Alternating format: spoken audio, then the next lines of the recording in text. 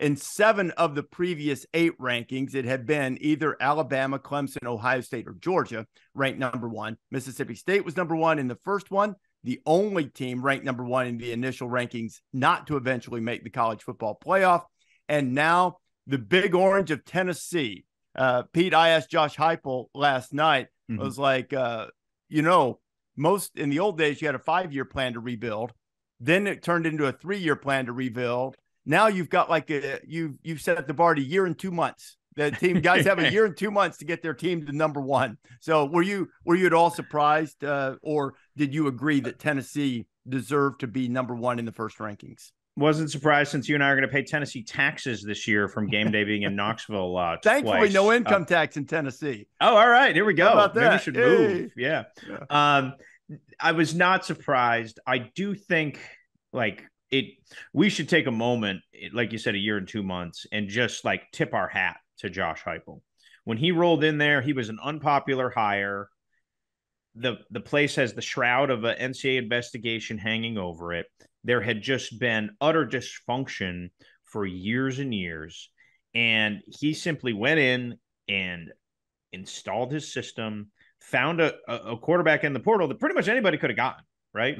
And found one that matched its skills, and then just went. I talked to an NFL scout this week who went through Tennessee this summer, and I said, hey, could you have seen this coming? And he was like, absolutely not.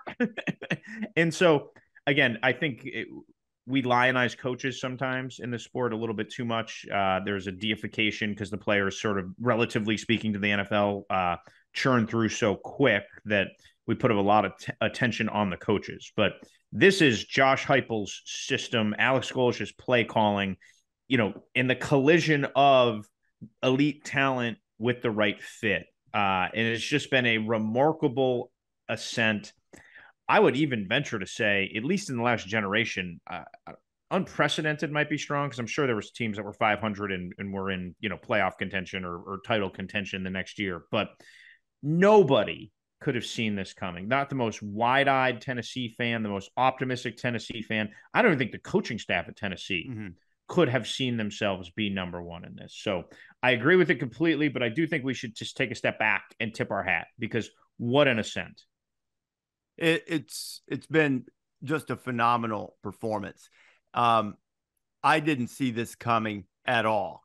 I did have Tennessee ranked fairly high in my preseason top 25. Not that that matters, but I thought they had a great chance to be a top 15, top 20 type team.